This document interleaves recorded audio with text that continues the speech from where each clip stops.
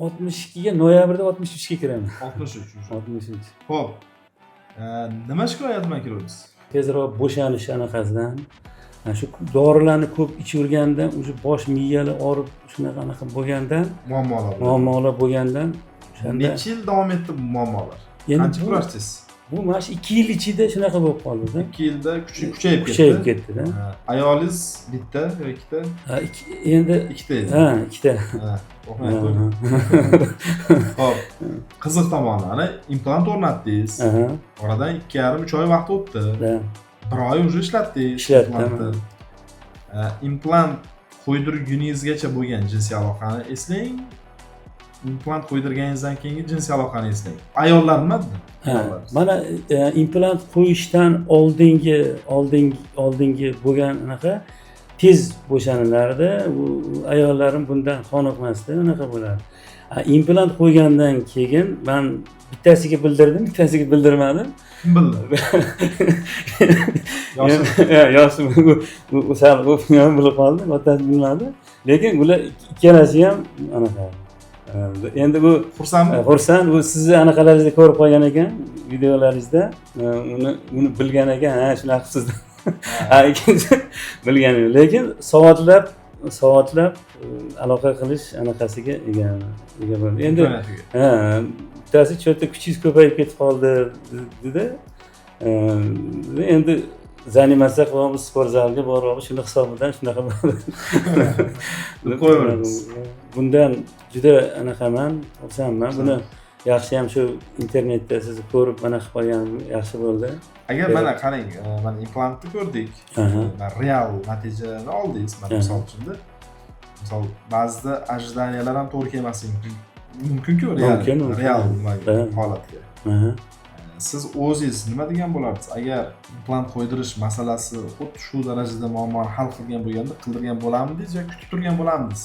Yo'q, buni nemedlенно, bu hech vaqt yutqazmasdan kelib qildirgan bo'ladi. Qildirgan bo'ladi. Agar yana bir marta shunaqa holat bo'lib qolgan bo'lganda, agar albatta. Birinchi o'chada ikkilanmasdan shu miyada shu informatsiya qildirgan bo'ladi. Albatta. Ikkilanmasdan hech qanday to'g'ri siz oldingizga kelgan bo'lardik.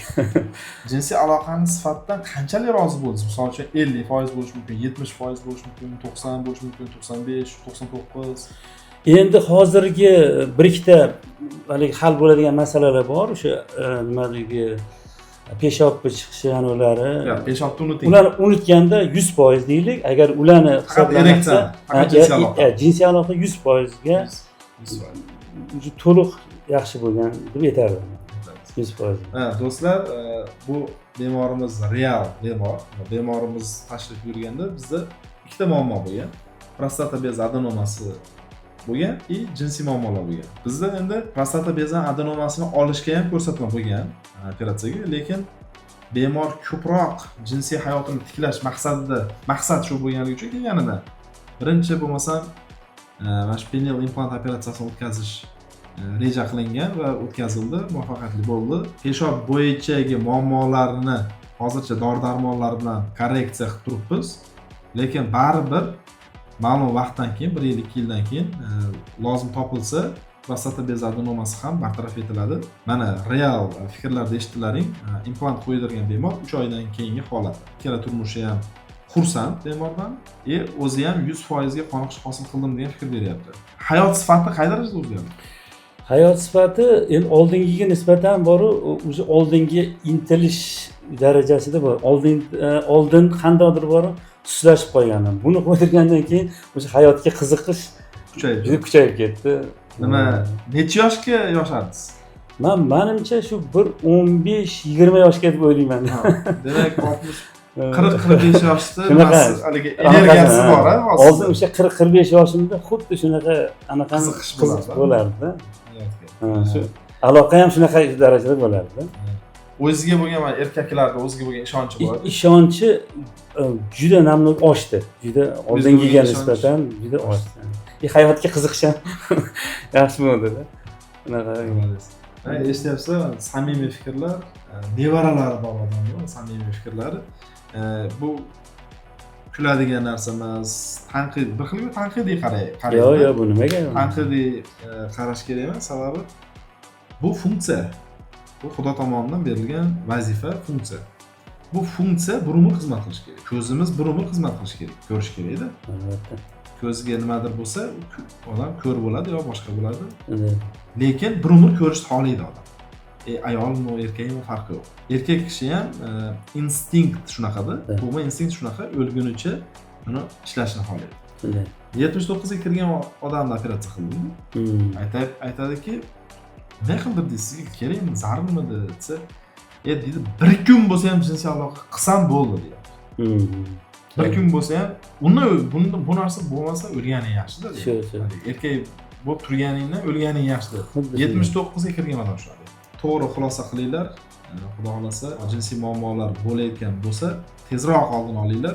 Hatyobi mana shu implant operatsiyasini qilishni kechiktirish hatyobi masalasida. Ya'ni hozirgi kunda уже yoshlarga ham ko'p qo'yapmiz-da. 35 yoshgacha bo'lgan bemorlarda ichida 100 dan ortiq уже bemor ko'p. O'zbekistonda 35 yoshgacha. Juda ko'p. Ko'p, vaqti ko'p. Ko'p. Oldin bunaqasi bo'lmagan. Bir xilgilari уже kelyapti-da. Men to'g'risini aytdim, narx-navosini bilgan ekanman, men o'sha harakatimni qilaman. Menga aniq qo'yish kerak. Keladi-da. Men mana u doktorga ham borib, Moskvaga borib, Piterga borib gaplashganman, qo'yish kerak deb показания qo'ygan. Men уже bilaman.